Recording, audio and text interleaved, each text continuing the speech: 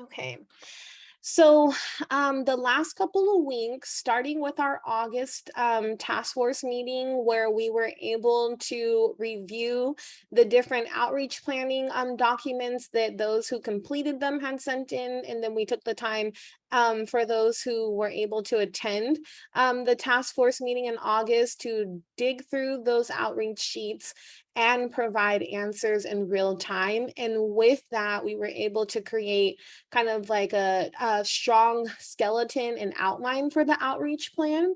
And then we sent it out again to ask for folks' feedbacks. I think we got a few more back from folks. And then with that, we took some time here in September during one of the impromptu meetings to really dig into the outreach plan and think about what our goals were as a task force and what that looked like. And so with that, what we've come to is that the outreach plan is going to have an online survey that will be translated as well. And we're really going to ask for folks to help push that online survey out, help recommend different listservs, organizations, and places that can help repost it.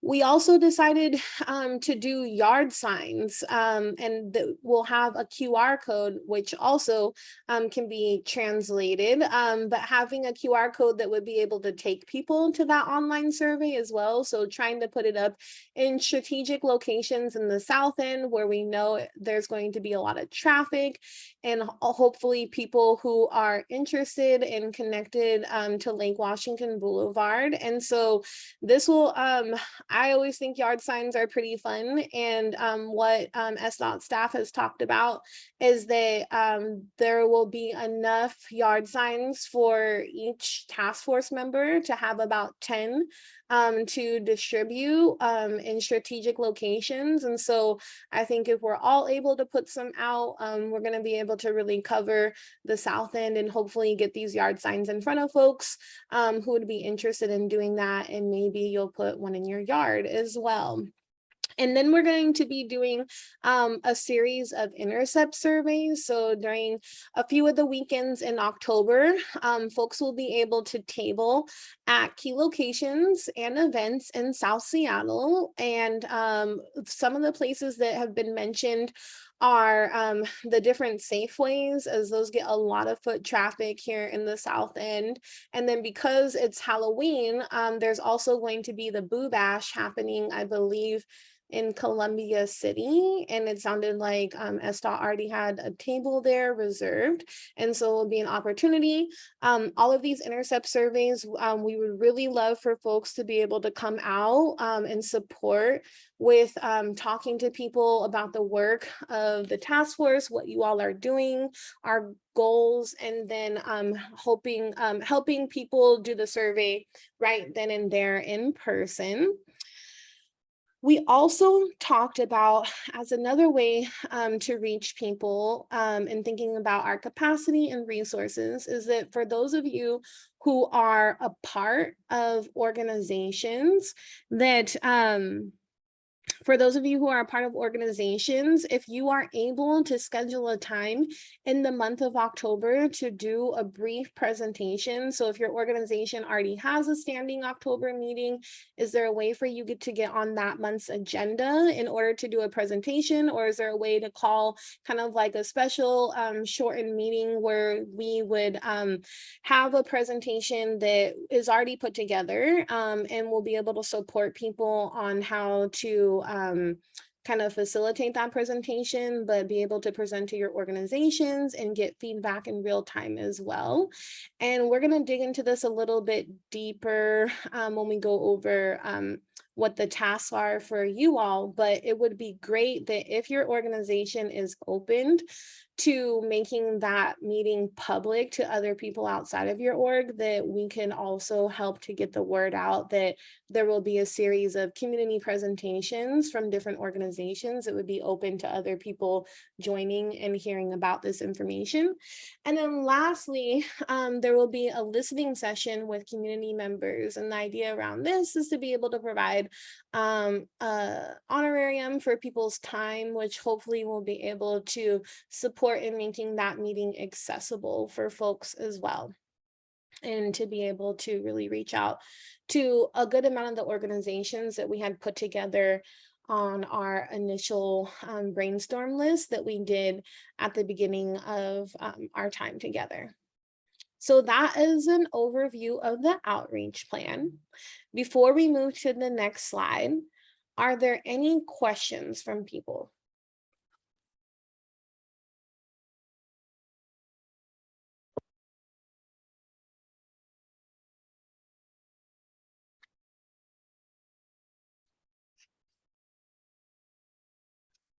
All right, great. Well, I'm not hearing any questions, but thank you to everyone who was able to take some extra time and dig deep into putting that together. And we'll a little bit later in our conversation tonight, have some opportunities for people to sign up for the different ways that they can get involved. Okay, and then I see from Terry in the chat, is the Columbia City Farmers Market on the list? Are you talking about list for Intercept surveys or for the yard signs? This was for the, you said they might have tabling, do some tabling. And they do have the weekly farmers market in Columbia City, which draws in a lot of people. And I think it'll be its own demographic, but I do think that people, when they go to the farmers market, they tend to be more browsing in a way and a little more open to chatting than at the grocery stores. So I think I guess see that as a good point of outreach. Thank you, Terry. And I think the Columbia City Farmers Market, at least its reoccurrence on Wednesdays, shifts, I believe, after next week. So we'd have to see what the updated schedule is after that.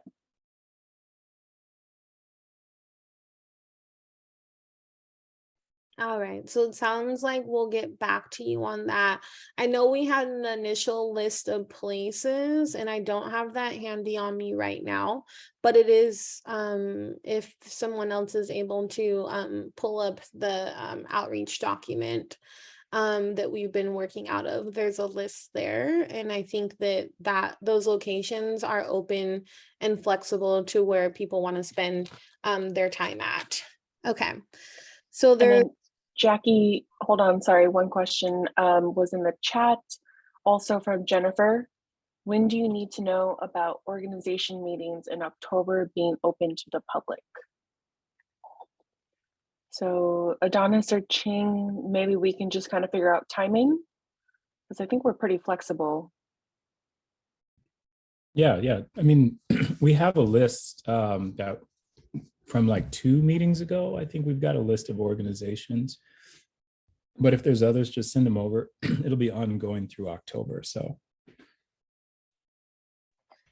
I'll also just add, Jennifer, that I think, as soon as possible with that update, but also, and this could be a question for everybody, is that the hope is that we can make like a pretty like short, sweet, standard presentation, and that you all would feel comfortable being able to give that presentation on your own. And if there's somebody there who can help you like take notes and report back what the discussion was. But I think in order to like try to spread out as many places as possible, that we can put something together that's pretty simple, and that if folks are comfortable doing it on their own, that would help us spread out farther.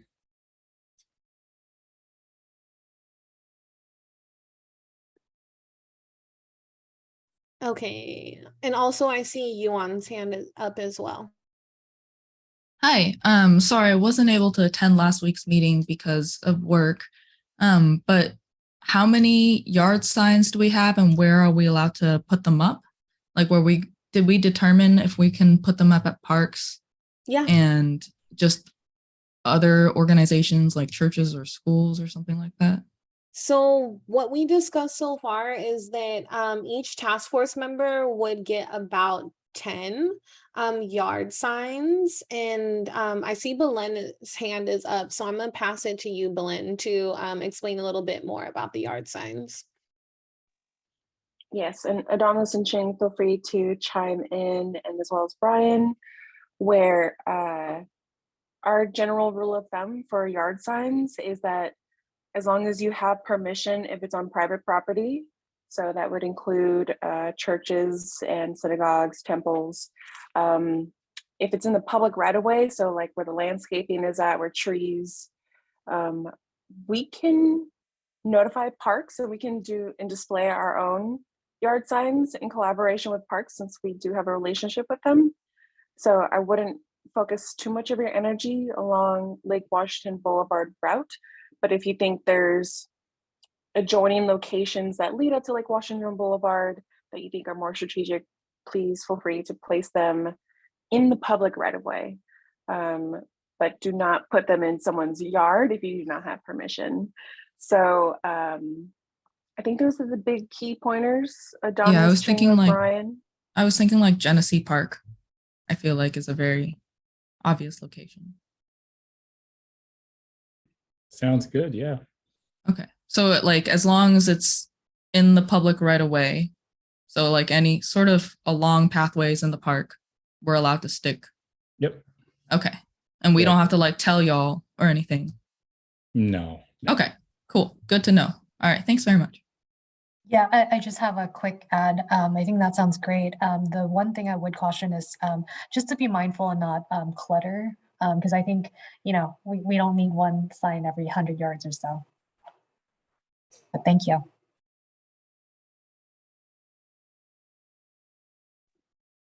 Great. So hopefully, yeah, y'all will have fun with that. And it sounds like if everyone takes about 10, that's about 100 going out into the south end. And so I think that will be a good amount to be able to cover ground, and hopefully people will see them and actually follow the QR code.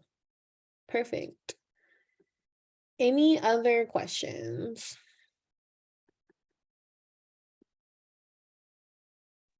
I have a question. Go ahead. Hi, do the signs say SDOT on them so they're not confused with the ones already along Lake Washington Boulevard that have been put there by Seattle Neighborhood Greenways? Yes, they will have our clear logo indication that's coming from the city of Seattle, specifically at SDOT. Okay, thank you. Also, a good point. I just wanted to share that Terry suggested in the chat.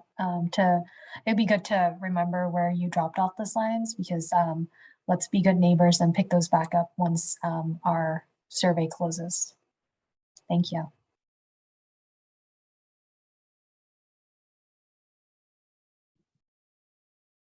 Okay, great. All right, so I'm going to actually, Belen, and so if it's okay with you, I'll pass it to you to read this slide for us. But essentially, we've talked a lot about equity throughout this process, and really trying to use it to ground ourselves, and taking time to learn about or to discuss how it is that we see equity. And so what you see up on your slide is a definition from the Transportation Equity Framework. And we wanted to bring this back into the space today as a way to ground ourselves and support with the conversations, the continued conversations that we're having throughout this work, especially as we get into the outreach and into the survey process. And so if it's okay with you, Belen, I will pass it over to you.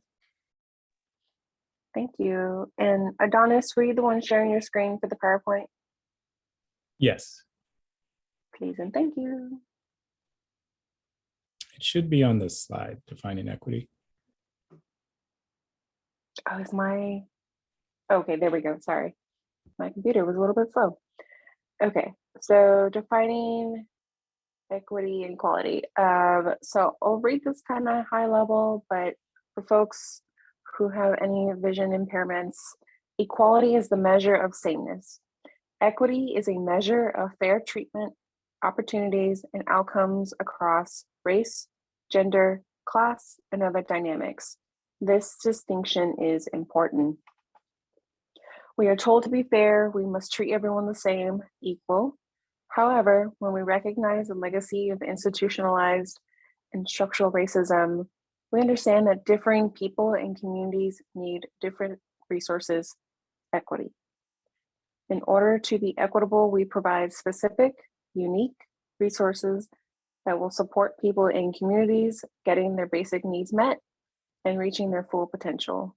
Sameness is not always fairness if the oppressed group remains disadvantaged. And I would like to share with the task force this definition of equity. If folks have not heard of the Transportation Equity Framework, that was a 2.5, almost 3-year process in which the Office of Equity and Economic Inclusion co-created a plan of tactics and strategies as our North Star as we move the needle towards equity and undoing institutional racism. And so it was a committee of, I believe, 10 to 12 folks who co-created this document, and we wanted to share with folks and reinforce that how we're trying to approach equity that was also co-designed or co-developed by members within your community. And so if you'd like more information on the Transportation Equity Framework, we can drop the link in the chat, or we can also send out via email if you'd like to hear some more information on that. But this is what we're sharing with you today. Any questions?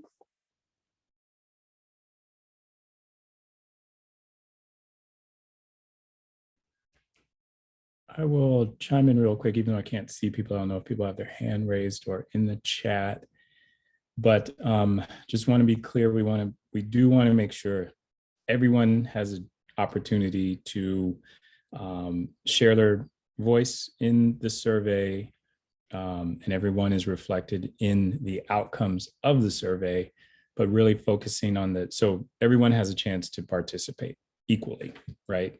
But the second part of the first paragraph in the opportunities and outcomes across race, gender, and class. And so we want to make sure that for the folks that traditionally don't participate, have a hard time participating, or there is some barrier to them participating, we create an opportunity for them to be heard. And then in outcomes as well, the outcome of this is that we want to make sure that they have the outcome is reflective of, their inability to traditionally participate or the barriers that they place. So when we talk about equity and we're out there, doing the survey and whatnot, we have to think about those folks. That's why we're having things translated. If there's opportunities to reach folks that we traditionally don't reach, please let us know and help us do that. But also when this data comes back, and we'll have a discussion about this at our next meeting about how we analyze the data, let's keep equity in mind of how we want to look at that data. Do we want to weight data in a specific way that gives more voice to the people who traditionally don't have a voice, so that it is an equitable process, not just everyone is counted the same, if that makes sense. So I will just add that piece to it of why we're talking about this now.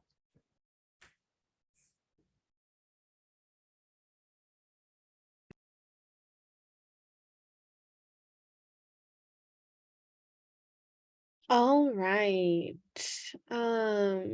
If there's any questions from folks, we're happy to answer them. But if not, we can go on to the next slide, but just want to make sure that there's space.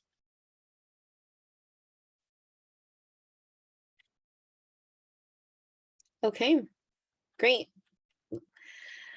All right, so let's see, we have worked really hard to be able to get to the point where we have the bulk of the survey created. And I'm not sure if someone is able to drop the link to the Survey Monkey so that folks are able to kind of take a look at what it is looking like so far. It's not completely finalized, so please don't share this link with other people or attempt to fill it out yourself, because we're trying to, we're still in the process of finalizing it.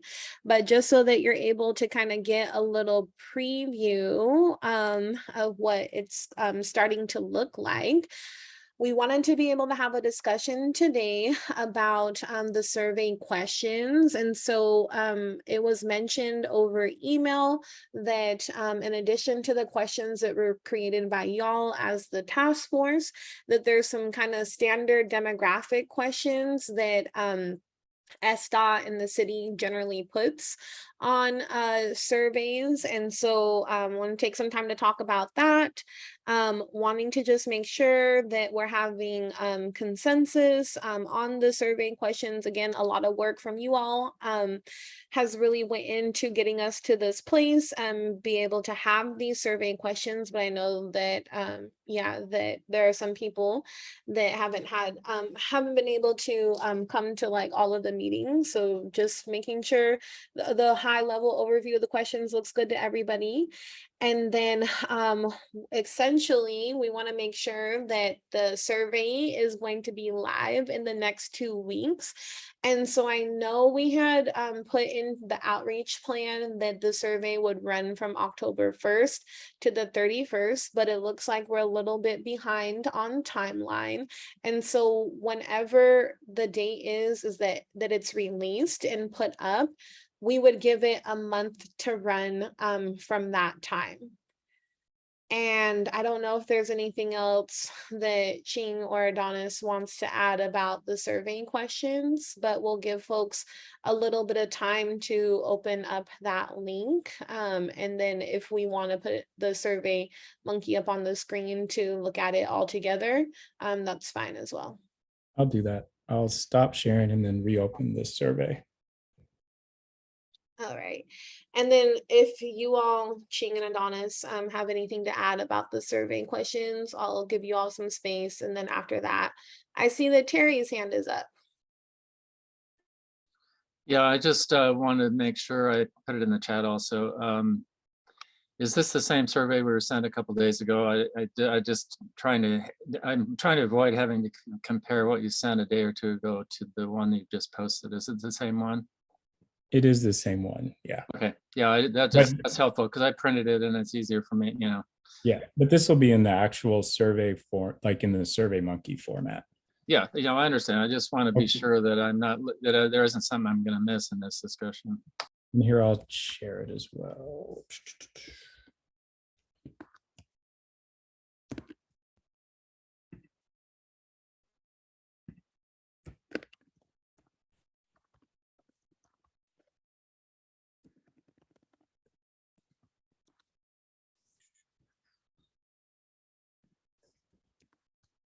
All right, and as Adonis works to put that on the screen, for those of you who were not able to attend kind of some of these in-between meetings that we've had in the August meetings, that essentially based on those high-level values that were put together by the task force members around thinking about safety for everyone who uses Lake Washington Boulevard, and making sure that Lake Washington Boulevard is accessible for all forms of whether you walk, roll, bike, or drive. And then lastly, thinking about the park experience, that was kind of the foundation of getting the different buckets or themes that we would want to have in the survey. And then with that, essentially trying to use this survey as a way to, one, learn how it is that people use the Boulevard, what changes they would want to make to the Boulevard, what they like already, and then also being able to figure out,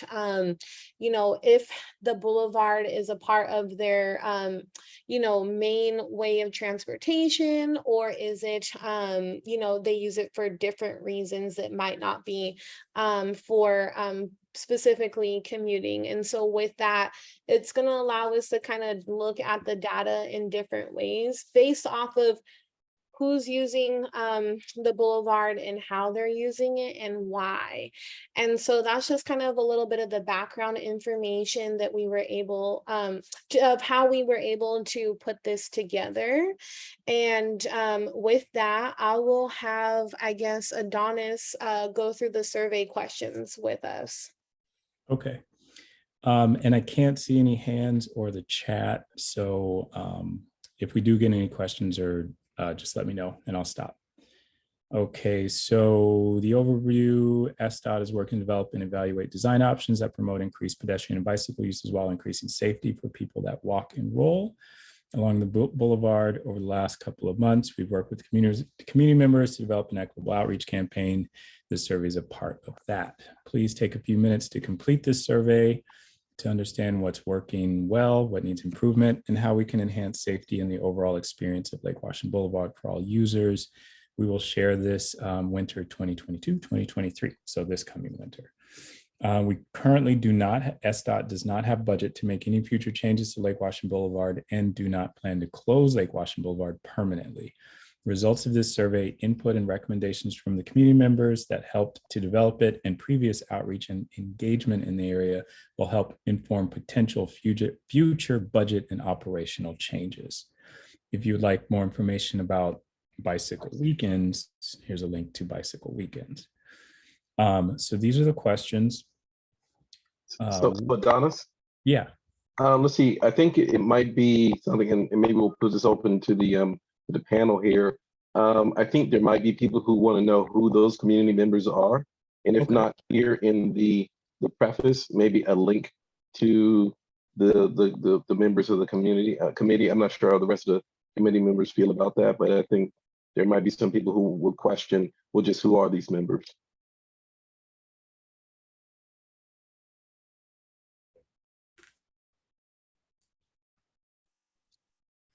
Perfect. That's a great suggestion, and we'll put that in the notes so that that can be updated. Okay. All right. Question one. And so I just want everybody to know too, we did run this by people at SDOT who have experience with surveys and helped us think about how these should be worded and whatnot. And I do appreciate everyone's feedback. And we tried to incorporate what we could. What is important to you about Lake Washington Boulevard? Select all that apply. So walking, rolling, biking, driving, access to the park, lake, and open space, all of the above, none of the above. And you'll note that there's not a lot of room in here for the qualitative, i.e. written responses. We expect to get a lot of response back from people, and just the resources to read every answer. There are some qualitative parts to this, but just know that we don't necessarily have the resources to kind of go through 2,000 responses that are all handwritten.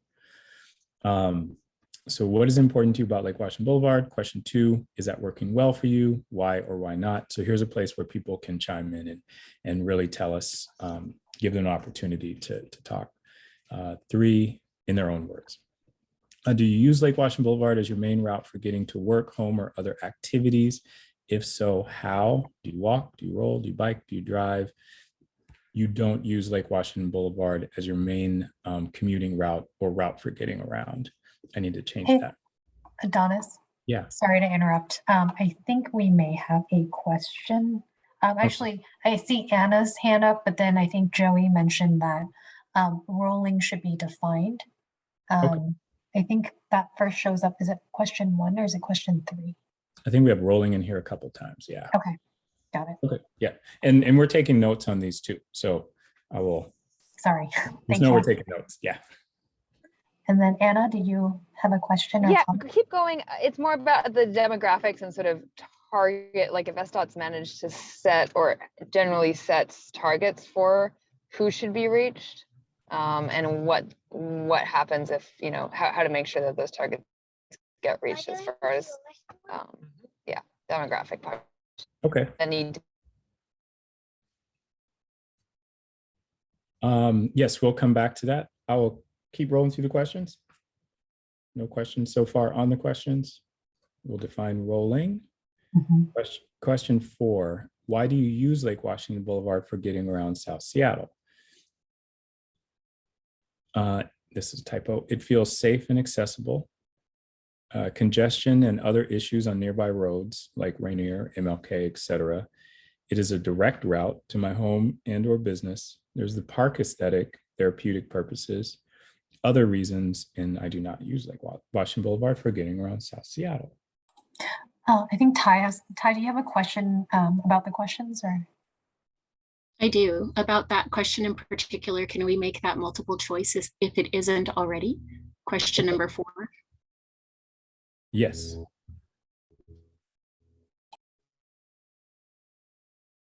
To make it like multiple check boxes, is that what I'm hearing? It's a direct route and it feels safe. Yeah. And then I think Yuan has a, oh, sorry, is that all of the question you have, Ty? Yes, thank you. Mm-hmm. And then Yuan, do you have a question? Sorry, I don't know if it's too late to add questions, but is there one for the contrapositive? Why do you not use Lake Washington Boulevard? Let me see. Safe, connects numerous parks. No, there is not. Is it possible to add one? Or is it too late? Because I feel like that is sort of the salient question, right? Like if people feel like it's not safe, we're not going to get that from the survey. Would you be able to add in there another response could be, I don't because, you know. But then that would only offer a single why I don't. Okay. That makes sense. I have a quick question to your question. Would the combination between number 1 and number 2 suffice? Because number 2 was asking whether it's working well or not for the participant. Like number 1 is asking what is important to you about Lake Washington Boulevard. I suppose what I feel like in terms of constructing the survey is that it should put equal weight, I suppose, on these two questions, right? And to sort of format one direction a single way and the other direction a different way, I feel like is a little strange. Does that make sense? Like it's like, for example, if we could basically just flip all of the things on number 4, almost all of the things. Like, for example, we could say it doesn't feel safe and accessible, or it's safer on other roads, or it's not a direct route between my home and my work, that kind of thing. Or I guess it shouldn't be just business, honestly. It should be anywhere you need to go. I don't have a problem with adding another question.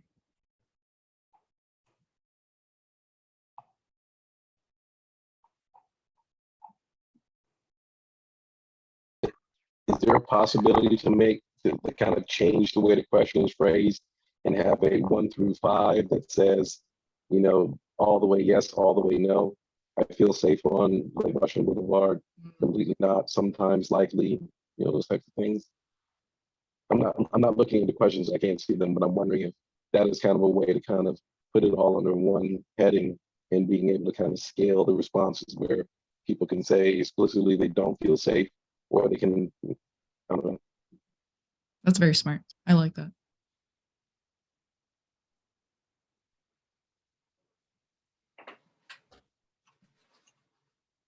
That works for me too.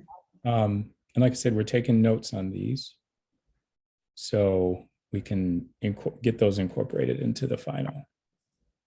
And Belinda, do you think that's something we can do with this question?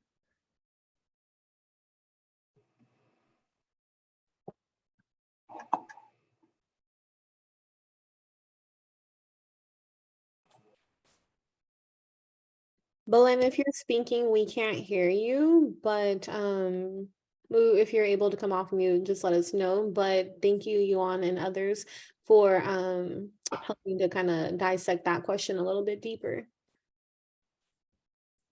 And this is good. This is why we're going through them.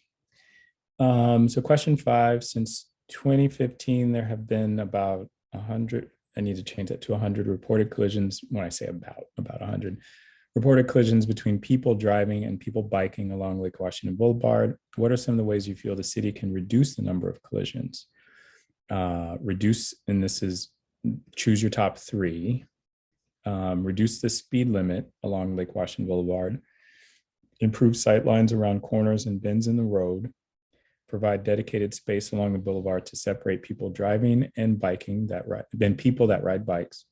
Refresh the paint on the ground to better distinguish traffic lanes and crosswalks. Add dedicated stops with stop signs along the boulevard. Add traffic calming devices such as speed humps. Increase the number of days, weekends, or seasons the road is temporarily closed to cars and open to people that ride bikes, walk, and roll. Currently, the road is only closed on certain weekends in the spring and summer as part of bicycle weekends. And do nothing because I do not see any issues with the boulevard as it currently is. Hey, Adonis. Jennifer, I think I saw your hand up earlier, but then you put it down. I just want to make sure we didn't miss you. I wanted to build on what Yuan and sorry, this is hard to do on my phone. I think that Joey was saying, I apologize if I got that wrong, about questions 1 and 2, but I don't want to muck it up if we're moving on. I can put it in the chat just for consideration. No, it's all good.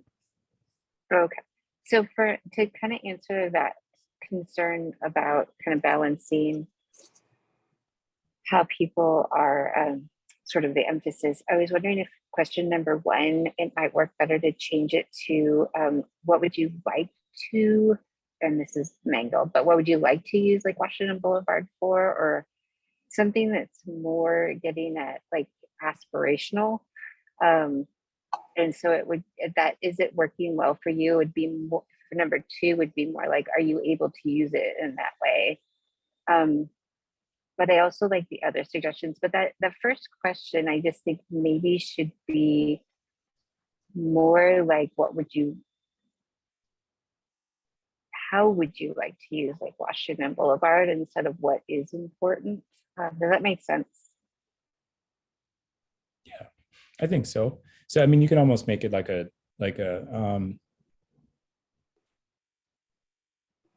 it's like, how would, I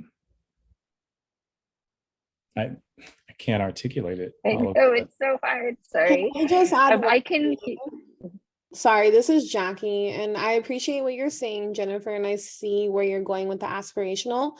I will just put a friendly reminder out there that this question was worded like this so that we would be able to kind of identify who the type of people are or why people use Lake Washington Boulevard as we think about being able to analyze the responses, that there's different ways we'd be able to show how different people who use the boulevard and why they use it, how they responded to the survey. So I can see that, yeah.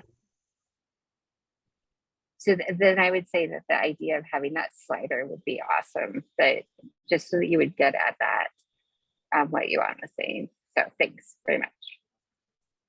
Thank you. And then I think Yuan has a question.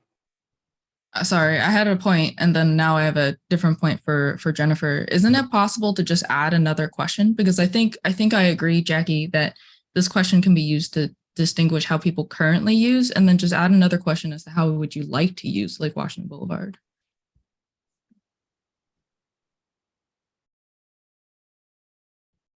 So it'd be like a question 3. How I almost feel like question 2 is just so vague that I feel like we're not going to get anything useful out of it. If we're talking about this being a visioning committee, like we want to capture both the people that currently use it and how people would like to use it. Like what is what this committee, what is what this community envisions like Washington Boulevard could be. So one is, yes, we absolutely want to capture people who currently use it. And then I totally agree with Jennifer's point about also adding a question as how would you like to use it? It can be exactly the same question, just change the wording of the actual question. Say, so the first question should not be what is important to you. It should be, how do you currently use Lake Washington Boulevard? And the second question that I suggest would replace number 2 is, how would you like to use Lake Washington Boulevard?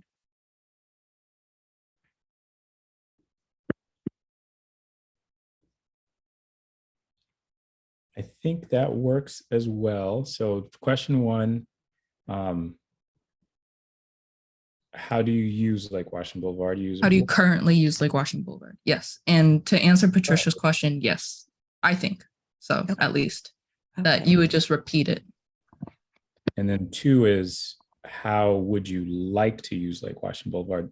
So if somebody was biking and they would say, I'm currently biking and that's how I am using it, so they wouldn't answer question 2. Sure they would. Oh, sorry. Didn't mean to say talk out loud. Sorry, guys. I know perhaps I should have I know I'm coming in a bit late because I wasn't able to attend the earlier meeting. I guess what I'm saying is that some of these questions seem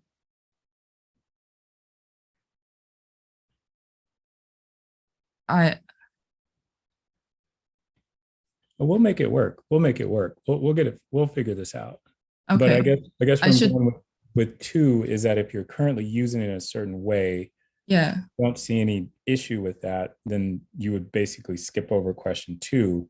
But if somebody is biking and it's like, that's what they're doing, like, how could it be better?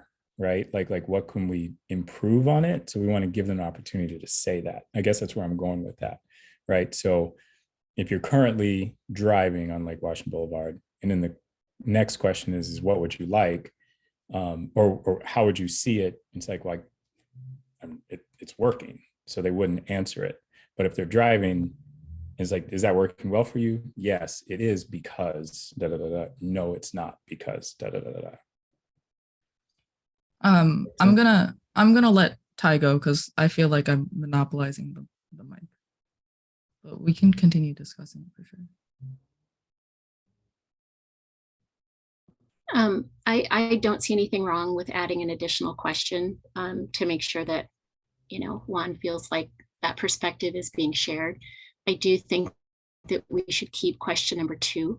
I know that there's not a lot of labor to read written responses. However, if we're talking about an equitable outreach program and we're trying to reach people whose voices have not yet been heard, they probably are going to appreciate a chance to actually voice what their opinion is. And so I'm going to ask that we keep question number 2 in. Thank you, I'm done. I think we can do that. I can't see other hands or chat, but I like the idea of reframing question 1, keeping question 2, and then a question number 3 is, what would you like to see, or how would you like to, I don't know the wording of it, but we have the notes. I see Aaron's hand up right now. Hey, thanks. I was just going to say, people can answer the same thing for, if, Yuan's idea of question 1 and 2, if somebody's biking currently, but they want to continue biking, they would just add that and maybe in parentheses say, this may be the same answer as you have for number 1, if you want to continue doing what you do on the boulevard.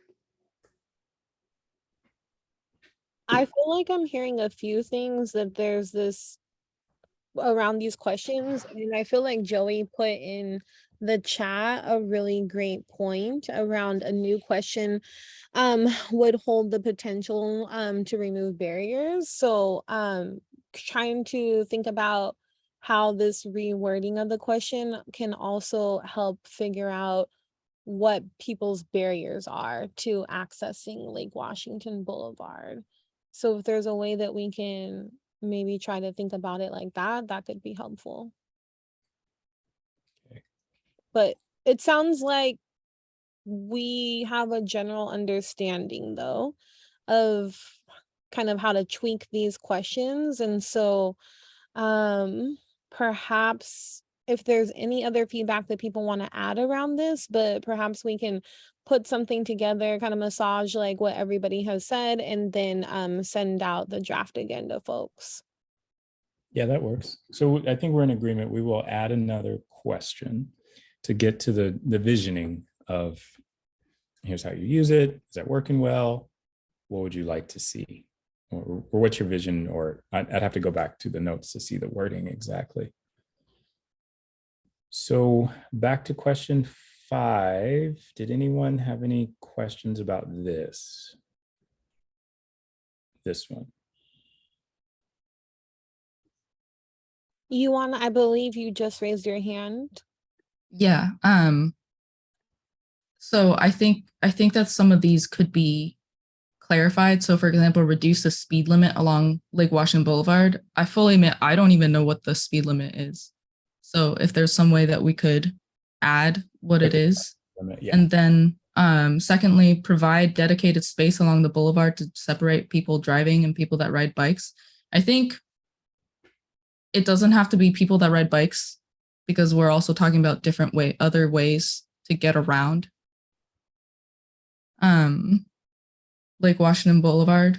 So I think separate people driving and people that don't, I suppose, perhaps. And I think that people that actually the second to last one uses good language. People that ride bikes, walk, and roll. So instead of just people that use bikes. Okay.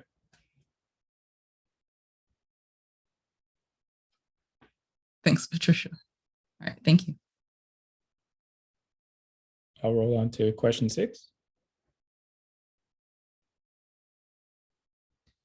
How can the city better serve people with disabilities, pedestrians, and others that walk and roll along Lake Washington Boulevard? Choose your top 3. More/improved curb ramps, provide more sidewalks and wider walking paths, improve pedestrian crossings with marked crosswalks and tactile push buttons, stop signs, flashing lights, and other devices to stop traffic and allow people walking and rolling to cross the street, refresh the paint on the ground to better distinguish traffic lanes and crosswalks, increase the number of days that the road is temporarily closed, and do nothing because I do not see any issues with the boulevard as it currently is. I think Terry has his hand up. Yeah, sorry, just one final thing on the number 5E, add dedicated stops with stop signs along the boulevard. I don't understand. I mean, I'm trying to get at the universal language here of what people understand, and dedicated stops is kind of a very ambiguous thing to me, and I don't see why you just say add stop signs along boulevard. I mean, dedicated stops with stop signs. I don't, that's S.E's to me, and I don't know what that means to the average person. That's good feedback. I think we can do that. So the rule is, Terry, if there's 2 crosswalks or 2 curb ramps and they're across the street from each other, as soon as a pedestrian puts their foot out in the intersection, cars are supposed to stop. If they're crossing the street. So that's why we say a dedicated stop with a stop sign, as opposed to, in theory, cars are actually supposed to stop if a person is crossing, even if it's an unmarked crosswalk. Yeah, again, to me, it's just who in the taking the survey is going to understand that nuance. As I think we opposed to can just Yeah, I think we can make the change. We can, yeah. But we don't want people to think that cars are not supposed to stop, I guess. So, but we can look into that one. So question 6.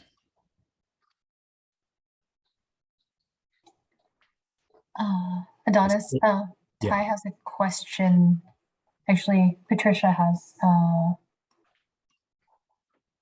submitted something in the chat. Since there is no plan in place, we must be more specific about what you want to increase from. That is closures from never to blank times per blank driving during blank.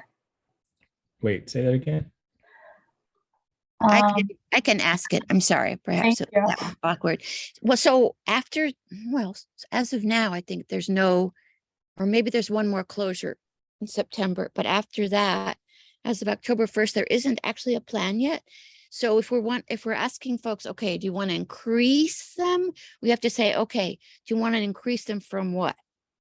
Okay, so that's what I'm trying to say. Do you want to say, Yeah. you know, I mean, obviously the options are from never to always. So obviously you're not going to start it always. You might not want to start it never, but some idea of what you mean to increase from. What we mean to increase from. Thank you. I don't want to necessarily speak for parks. I think we can maybe work on the language. But I think they may not know how many weekends they want to do next spring and summer. A lot of it is budget dependent. Yeah. So maybe we shouldn't word it that way. I mean, because otherwise I'm not sure what it means. Basically, Or are we saying do we want that there to be closures? Is that what you want to say? do you want more days, weekends? More than what? More than what we had this summer or what? Currently, yes. More than what we had this summer? Because that was a lot. Okay. All right. But I think we should be specific about how can I say if I want them to increase if I don't know what the baseline is? Do you see what I mean? Mm-hmm. Okay. Thank you. So we could add something that says traditionally there have been X number of weekends or X number of Sundays. Well, if you wanted to do that, it would be bicycle Sundays. So, I mean, that would be one thing you could say, but I don't know if you want to be specific or not. But if you're going to ask for increase, we have to be specific about increase. We have to be specific. Okay. Also in the chat, Jennifer wrote, it looks like Jennifer wrote, is it possible to add raised crosswalks at key pedestrian crossings? We could do that.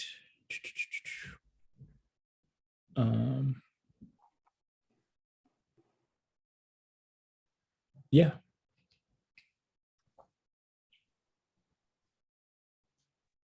All right, perfect. So I will roll on to number 7, which I did have one. Sorry, it's Edwin. Sorry to jump in.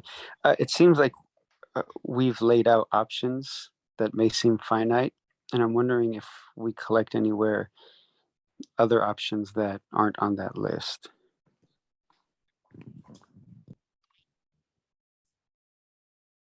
We can do that. I'd like to think about, yes, we can do that. When we do get into more qualitative stuff, it's a lot of surveys to go through. So, but I think you're right, because if there's something we're not capturing here and somebody has a great idea, we definitely don't want to miss it.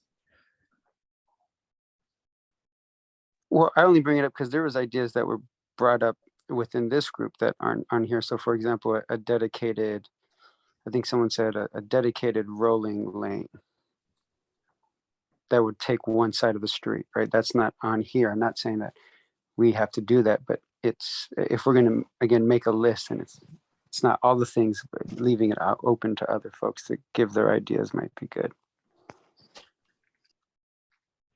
Sounds good to me. We can do that. And I would assume we would do the same for question 5.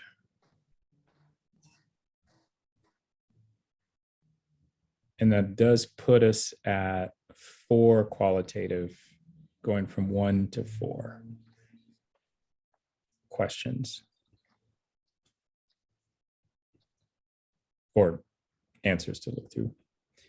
But maybe we can limit the number of words like Twitter does, so that we don't have to go through a novel if somebody wants.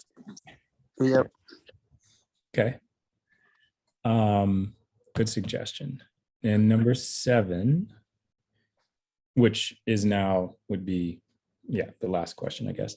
Lake Washington Boulevard connects to numerous parks and open spaces that are well used by the public.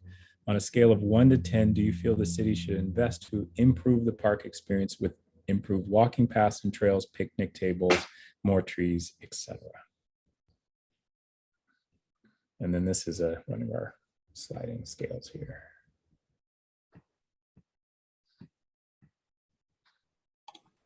Thanks. I think Ty has a question. Yes, thank you. For number 7, did you want to include bike paths within the park? Oh, more actual bike paths in the parks.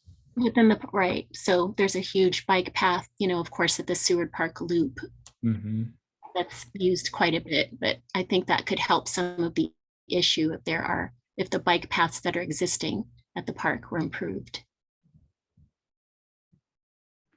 Yep, I think we can add that.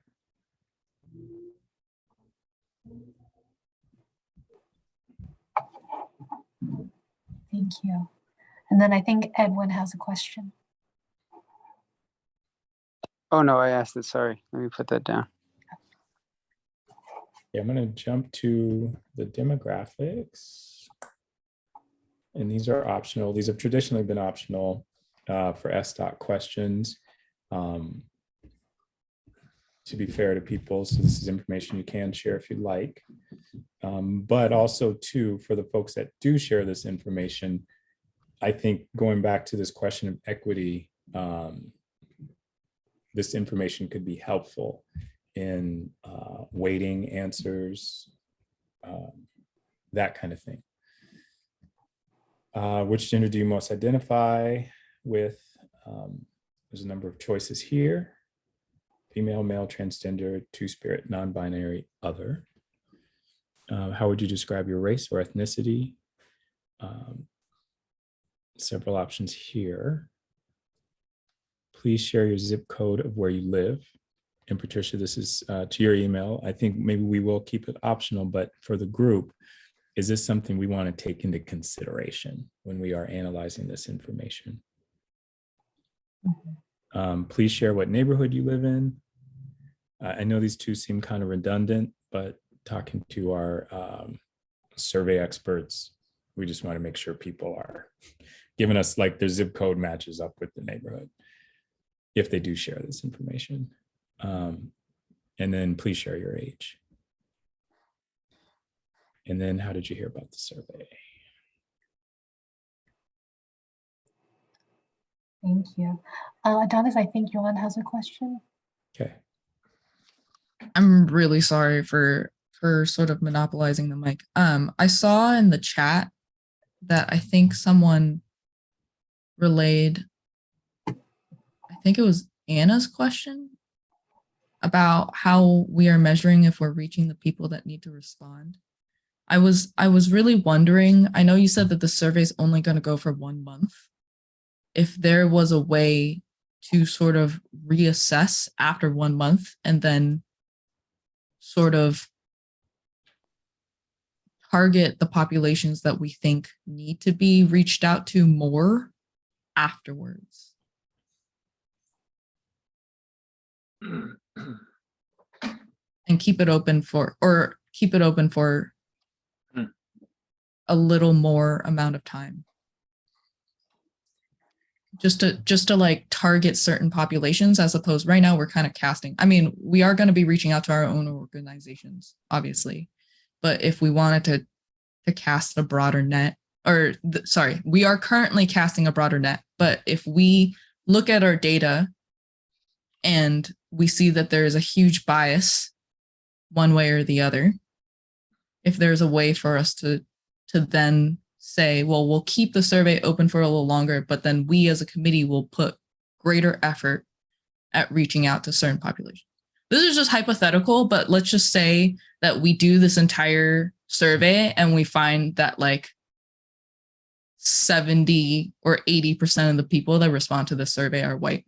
Like, if you just end the survey, then we're never going to be able to try again. We're never going to be able to keep doing that outreach. And then it's just kind of pointless, to be honest. Like, it doesn't reflect, as in it doesn't reflect the demographics of this area that I think we all agree need to be targeted. So then I think afterwards we can then think a little about how to more closely target the populations that we agree that we want to target, which is a different question. I think that we also need to determine that. But I guess what I'm saying is methodology. I think that's a good question for the group. There are some, and I think Belen did have, she dropped off in terms of a budget question, because the money that is allocated for this does have to be used in 2022. So at the end of 2022, there won't be any more funds for this work. So there is a budget constraint there. But this also gets back to the question of equity versus equality, that discussion. So Yuan, to your point, like, you know, everyone will get a chance. And if we're seeing that certain groups are not represented, that we feel are represented, I think, and this is for the group, I'm not the expert here, but, you know, there could be a couple ways to go about it. Now you could leave the survey open. Will leaving it open for 2 more weeks make a big difference? I don't know. It could, if you really push to go and reach out to those groups. Or in analyzing the data, do you want to say, hey, look, this is skewed heavily in one direction, but for the folks in the other direction, do we want to give them more weight in their answers, given that, you know, so that's another way to put it. And then also too, there is a report that will be written, and that can be captured in the report. That can be said, hey, you know, we did this outreach. These are the people that responded. And if there will be another phase, we recommend that you specifically focus on this specific group. So I think there's, you know, a range of options there, but I think it's for the group to discuss.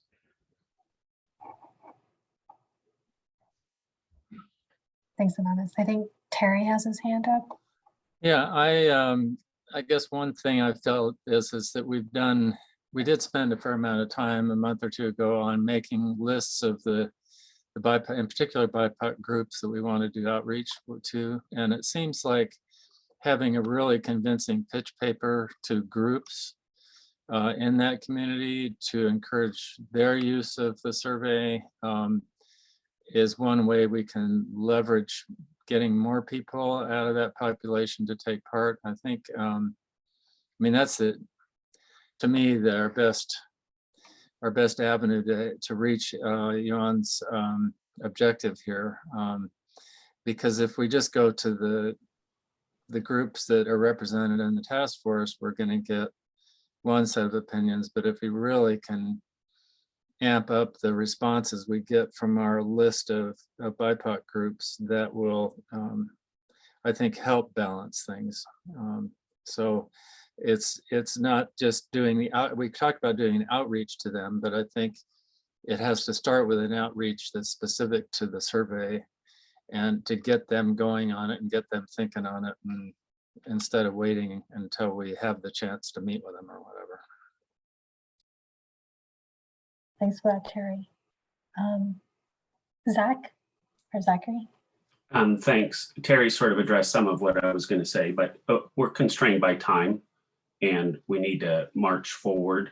And I think that Yuan's concerns are well-founded, but perhaps that just impresses the need to do a better outreach up front. And so rather than do the survey, see how it comes in, and then decide how to improve outreach, perhaps just really focus on doing effective outreach up front. That being said, perhaps a 15-day check-in where we see that, 98% of the people are blank. We could maybe during that month focus additional outreach. But I think that we have to have a deadline, and currently a 30-day deadline keeps us marching, if that makes sense.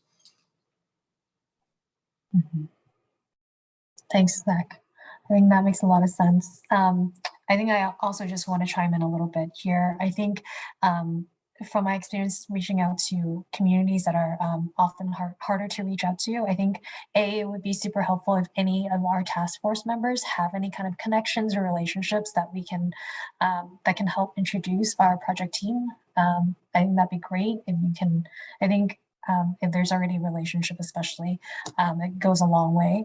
The second thing I also want to mention is I know all of our task force members are super passionate about Lake Washington Boulevard, and but some community members from other communities, even though they do use Lake Washington Boulevard, I would say sometimes that's not on their top of mind. They may have a lot more other concerns that they want SDOT to work with them on. And so it's not that they don't care about Lake Washington Boulevard, but that's just may not be their priority at this time. And I just wanted to bring that to the forefront so folks know and understand. And oftentimes it's not that we don't reach out to them, it's just they have limited bandwidth and capacity to work with SDOT on certain number of issues. And we just want to be mindful that Lake Washington Boulevard may not be the top priority for them. Zachary, do you have another comment, or is this a? That's the same one, and I'm going to figure out how to take my hand down. No worries. I like the idea of a check-in. Yep, me too. Sorry, just going back over the comments in the chat. Do we have a consensus on associating zip codes with responses? Is that okay? What does the group think? Do you want to make this optional, or do you want people to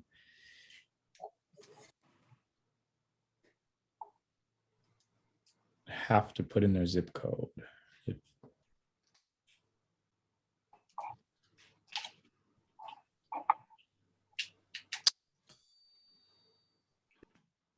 I think Ty and then Anna and then Jennifer, or me. Yeah, go ahead. Thank you. I think it would be helpful to have the zip code information for the data. And my question, which we don't have to answer today, would be how are we weighting the zip codes for people who have been gentrified outside of South Seattle, that, for example, like to use Lake Washington Boulevard as a touch point to their old neighborhood. I know that they're going to want to say some things as well in the survey. So I'm for adding zip codes, but how we interpret and weight is a question I'm very curious about. Thank you. Thank you, Ty. Then we have Anna. Yeah, hi, this is Anna. Basically what Ty said, I think it's not bad data to collect and to link, but I have a lot of questions about how it, how it's weighted, and being aware that it's, this is a park and it is a resource that people from all over want to use because it's pretty unique, and yeah, keeping that in mind. Got it. Thank you. And then we have Jennifer. I agree with all of that about it's important to gather, but also really be careful about how we use it. I'm wondering if we could add it as a question to the survey rather than have it only be in the demographics. I know that might send a different message, so I don't know if that's a good idea, but that might make it more likely that people wouldn't just categorically skip it because they don't want to share demographic information. So basically, it's kind of like a question of, do you, I don't know the wording, you have to, get in there and write what it says, but it's along the lines of, do you live near Lake Washington Boulevard? Do you live in South Seattle? something along those lines, but I want to capture Ty's point too. It's almost like, did you live in Seattle and now you don't? Yeah, we can figure out how to make that a question and take it out of the demographics. Because yes, some people will just, they won't even fill that out. And to Yuan's point about non-Seattle residents, because we hope this will be shared broadly. And those are people who used to live in Seattle and who don't, but Lake Washington is still a destination. And they should have some say too. Everyone should. Okay, so we can take it out of the demographics and add it as a question, maybe one of the first questions to just establish how people are using it, basically where they're coming from. Thank you. And then I think Ty had a question in the chat about how many languages will the survey be translated to. So we have it in English now. We're planning to translate it into Amharic, Somali, Tagalog, Spanish, Vietnamese, and traditional Chinese. So 2, 3, 4, 5, 6 other languages. And then we'll try to include a blurb at the end that, or the beginning, wherever it makes sense, that asks if you, this is a survey about Lake Washington Boulevard. If you want this in a different language, please call this number or email us at this email address in our tier 2 and 3 languages to ensure that we can capture that also. I see Jackie also has a question about adding income to the demographic questions. I'm gonna pose that to the group as well.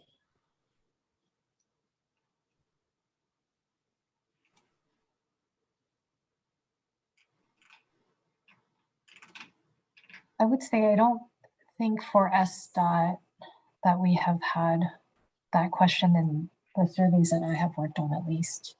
But I'm happy to check and see if that's something we are open to, if the task force is open to adding.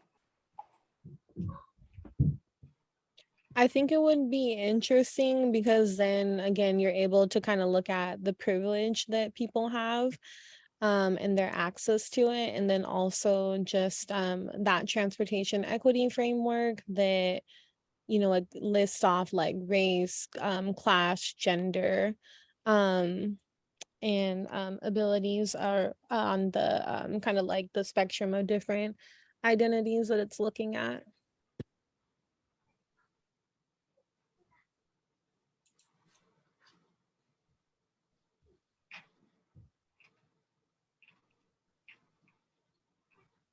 Yeah.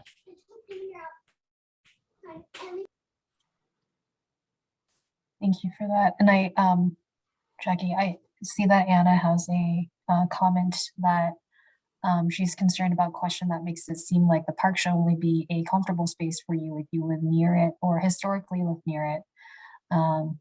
Is at the point to weight these responses more? And Terry had the comment of not sure how accurate income data is for this kind of survey.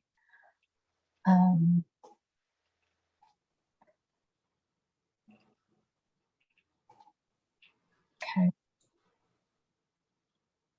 That's a good point. I think what I might propose, because I think we have a pretty tight agenda today, but I think because the weighing part of how we're going to be collecting the data, I think that part can wait a little bit. I think we can maybe have that conversation for our October meeting to really do a deeper dive into how we want to weight some of these answers for the survey. If it's okay for us to put that in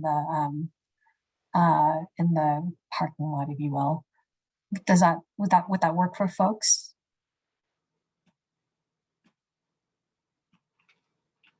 Okay, thank you. And then I think we came to an agreement that we would want to include the zip code question in the survey and not make it optional. We can make the, like, which neighborhood do you identify with? We can make that, we can keep that optional, but then the zip code would be a required question on the survey. And then I'll go back and check with our SDOT internal team about the income question. But even if we do include it, it would probably be the in the optional part of the survey. Did I miss any comments or questions from folks? Let's see. And thank you, Jennifer, calling out the Department of Neighborhoods newsletter, and also council member, I can never pronounce his last name, but yes, he does have a great social media following, and we would definitely be reaching out to his office to see if he can help promote and elevate our survey. Does anyone else have any questions or comments or feedback for the survey?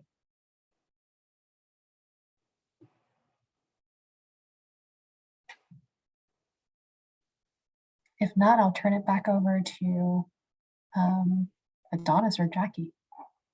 Yeah, sorry about that. We just got a new dog. All right, well, Adonis, if you're able to put back up the PowerPoint, I believe we're on the timeline section now. Okay. Just a second. Stop this.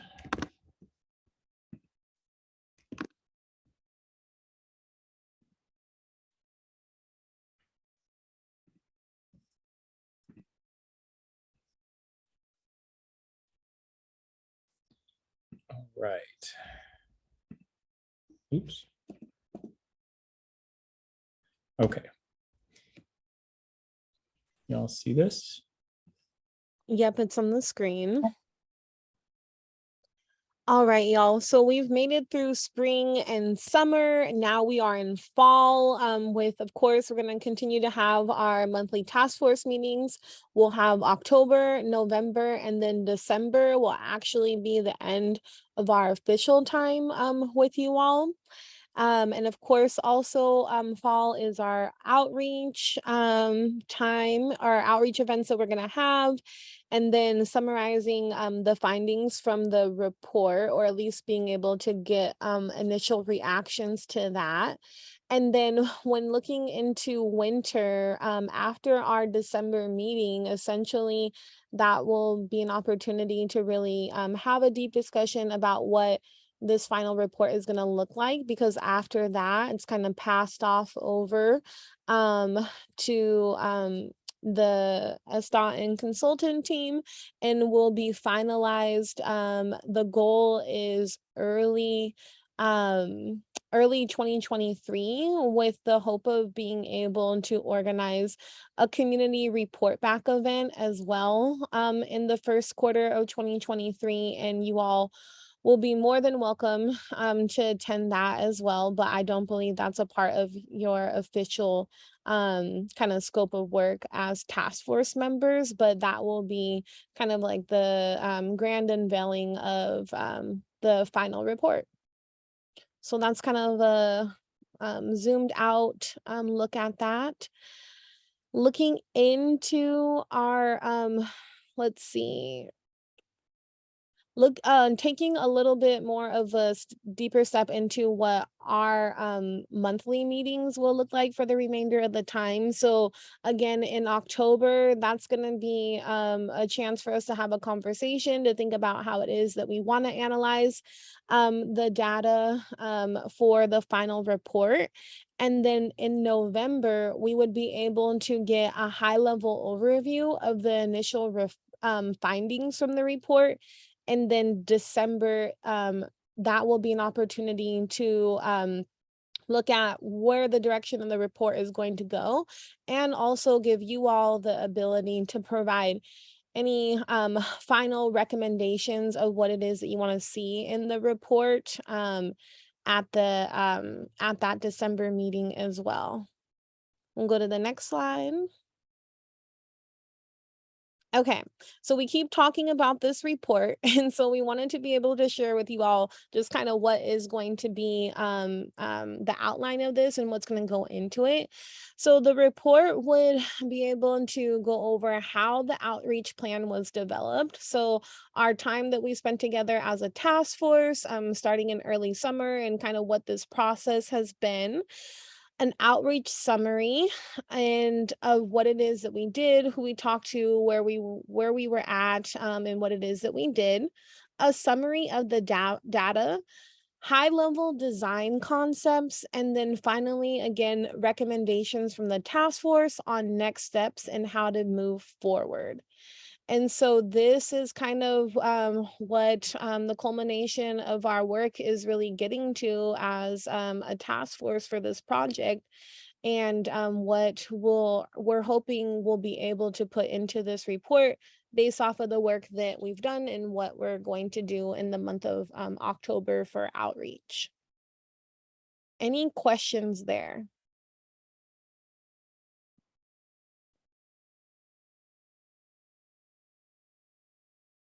All right.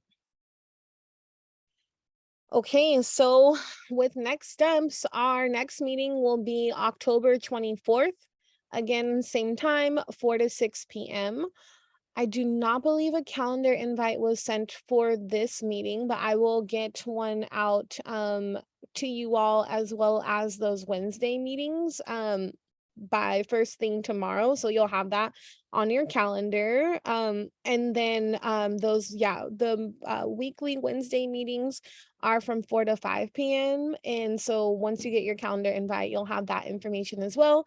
And those are optional. So you'll get a calendar invite for them, but I'll be sure to put on the calendar invite that it's optional, so you know that. But it will just be an opportunity to take deeper dives into the project.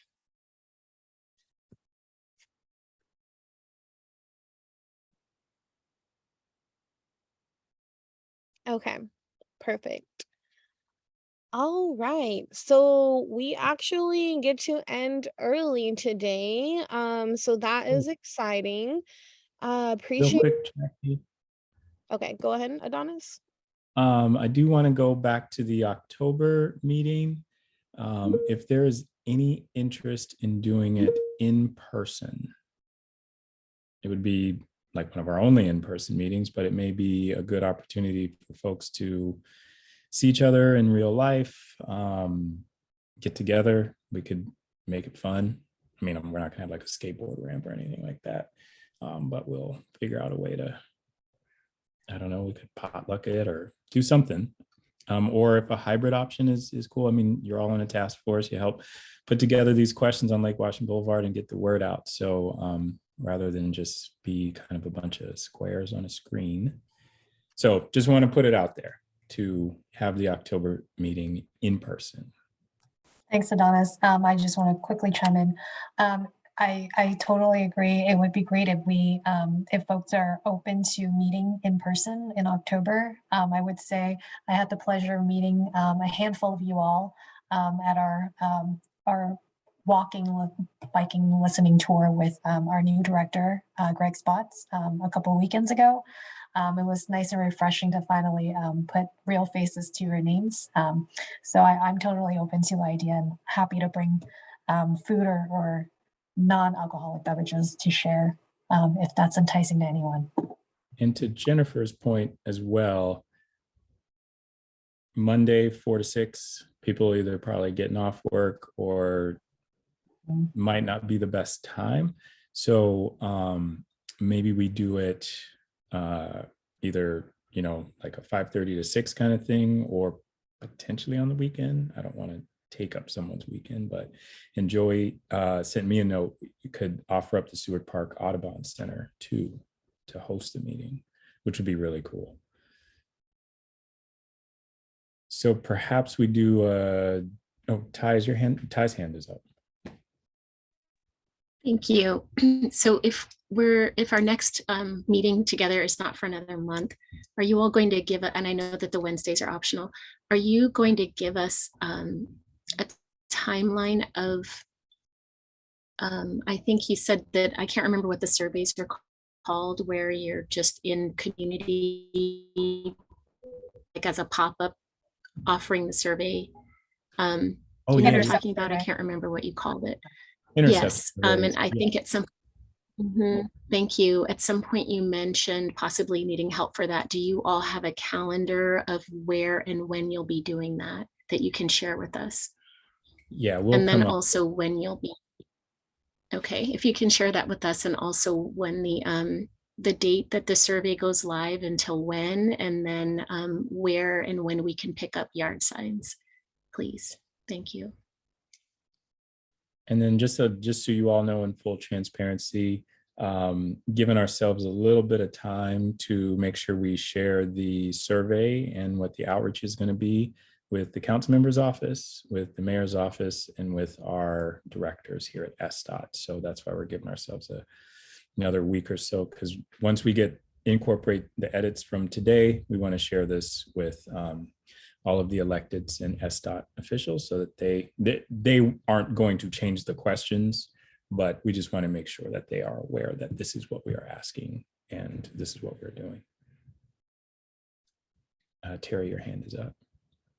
Yeah, I noticed that something about last week's in-house staff meeting was canceled, and that there was a replacement for that.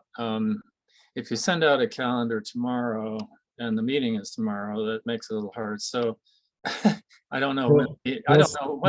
When's your first meeting? First in-house staff meeting? We'll say next Wednesday. Pardon me? We'll say next Wednesday. So not tomorrow's or Wednesdays or whenever. Right, because somehow I had the impression you were doing a makeup one this week, and I didn't really figure out when that was. So yeah. Okay. 4 to 5, Ty. 4 to 5 p.m. Ty.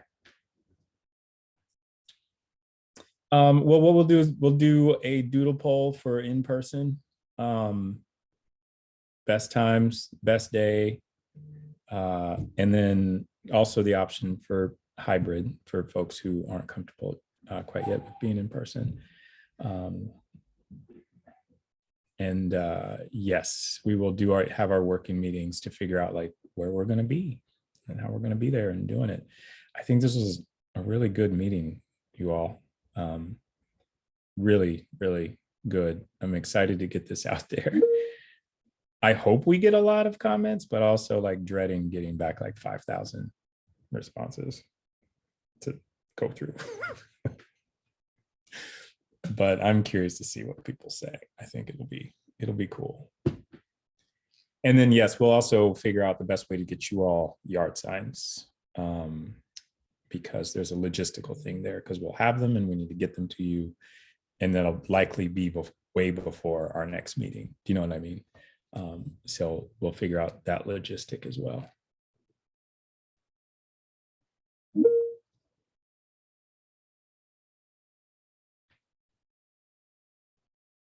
There's nothing else.